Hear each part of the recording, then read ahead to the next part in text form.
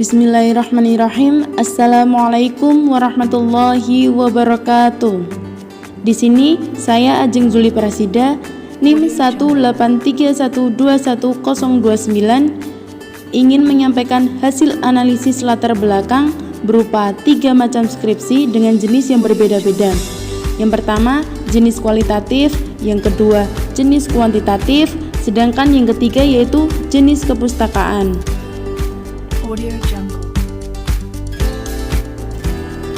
Baiklah, saya akan melanjutkan mengenai pembahasan pertama, yaitu skripsi pertama dengan jenis kualitatif.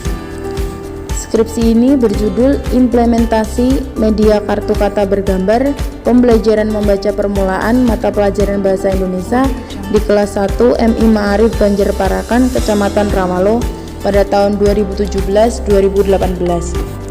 Penulisnya Tantri Setiawati pada tahun 2018. Terdiri atas 12 paragraf. Yang masing-masing paragraf itu isinya yaitu paragraf 1 berisi pengertian pendidikan secara umum dan penekanan bahwa pendidikan mempunyai perencanaan yang dapat menentukan kualitas pendidikan. Paragraf 2 yaitu adanya fakta mengenai pentingnya pendidikan berdasarkan Undang-Undang RI Pasal 31 Ayat 1 dan 3. Paragraf 3 dijelaskan cara pembelajaran bahasa tingkat dasar secara umum. Paragraf 4 dijelaskan pengertian kemampuan membaca dan tujuannya. Paragraf kelima, adanya penekanan bahwa setiap guru bahasa Indonesia bertanggung jawab akan kemampuan membaca siswa. Paragraf ke-6, adanya penjelasan bahwa keberhasilan membaca tidak terlepas dari media dalam proses pembelajaran.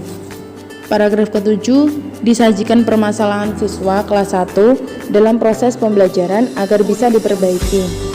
Paragraf ke-8, disajikan data berupa hasil wawancara dengan narasumber yaitu guru kelas 1 MI Ma'arif NU. Didapati kebanyakan siswa kelas 1 belum dapat membaca atau mengenali lambang bunyi atau huruf-huruf dengan baik.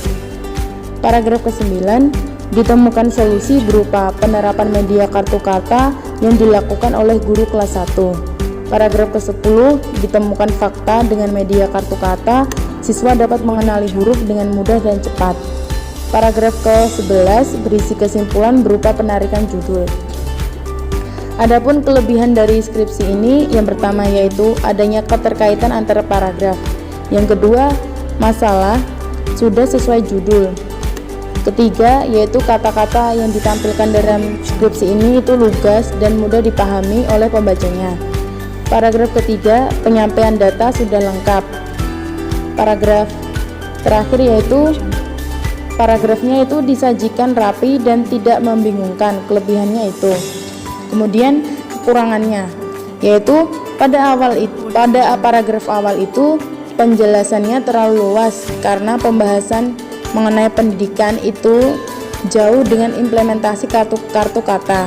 Sebaiknya penulis ini langsung saja, tidak usah bertele-tele dalam menuliskan latar belakang di awal paragraf.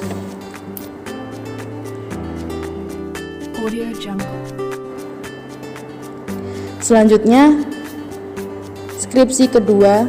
Skripsi kedua ini jenisnya kuantitatif yang berjudul Peningkatan Penguasaan Kosakata Bahasa Arab Santri melalui media kartu kata bergambar di Pondok Pesantren Darul Arqam Muhammadiyah, Balasuka, Goa, Sulawesi Selatan, yang ditulis oleh Abdullah Rahman pada tahun 2020. Skripsi ini berisi latar belakang yang terdiri atas 5 lembar berupa 11 paragraf. Kemudian isi dari masing-masing paragraf yaitu paragraf pertama, penjelasan bahwa bahasa Arab itu membutuhkan kemampuan pendidik dalam mengelola kelas serta memanfaatkan media agar siswa itu nyaman, minat, dan tertarik dalam pembelajaran. Paragraf kedua, pengajar itu menemukan masalah berupa kebingungan dalam mengembangkan pembelajaran agar dapat memotivasi siswa dalam belajar bahasa Arab. Terlebih pondok pesantren itu memang baru berdiri. Kemudian adanya anggapan bahwa bahasa Arab itu sulit dan membosankan. Paragraf ketiga dijelaskan mengenai kewajiban manusia itu menuntut ilmu sebagaimana terdapat dalam Quran Surat Al-Mujadalah. Paragraf keempat disajikan fakta mengenai fungsi pendidikan nasional sebagaimana terdapat dalam Pasal 3 Undang-Undang RI Nomor 20 Tahun 2003 tentang Sistem Pendidikan Nasional. Paragraf kelima itu diberikan argumen sebagai penguat tujuan dan fungsi pendidikan nasional, serta adanya penegasan bahwa bahasa Arab sebagai komponen pokok pembelajaran bahasa asing selain bahasa Inggris. Paragraf ke-6 itu diceritakan terkait masalah-masalah siswa dalam pembelajaran bahasa Arab di Pondok Pesantren Darul Arqam Muhammadiyah Belasukagoa, Sulawesi Selatan beserta alasannya. Paragraf ke-7 itu ditekankan akan pentingnya solusi dari permasalahan siswa dalam belajar bahasa Arab agar siswa itu bisa termotivasi dan meningkatkan dalam hal penguasaan kosakata. Paragraf ke-8 itu adanya solusi berupa strategi yang tepat didukung dengan media yang sesuai. Paragraf ke-9 berisi mengenai media kartu kata itu diharapkan dapat meningkatkan kualitas belajar bahasa Arab siswa. Alasannya karena latar belakang keberagaman kemampuan siswa yang berbeda-beda. Paragraf ke-10 itu berisi mengenai penguatan alasan manfaat penggunaan media kartu kata dalam pembelajaran bahasa Arab. Sedangkan paragraf terakhir yaitu 11 berisi mengenai harapan penulis dengan adanya media kartu kata ini dapat memecahkan permasalahan dalam penguasaan kosakata bahasa Arab siswa di sekolah tersebut serta dapat memotivasi siswa. Kemudian pandangan saya sebagai penganalisa mengenai kelebihan dan kekurangan dari skripsi ini adalah kelebihannya yang pertama, penjelasan skripsi ini lugas dan mudah dipahami, artinya tidak bertele-tele. Yang kedua, argumennya didasarkan dengan fakta, dibuktikan dengan adanya literatur penelitian terdahulu di skripsi ini. Yang ketiga, penyusunan skripsi ini isinya itu runtut sesuai judul, jadi tidak keluar dari batasan judul seperti itu.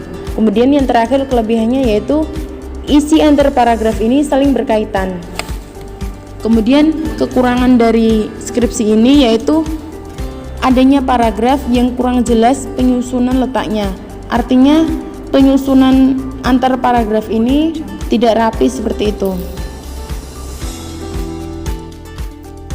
Baik, saya akan melanjutkan mengenai analisis skripsi yang ketiga, yaitu jenis kepustakaan, yang berjudul Analisis Buku Teks Berbahasa Arab, Cinta Berbahasa Arab, Sekolah Dasar Kelas 6, karya Mahmud Ismail.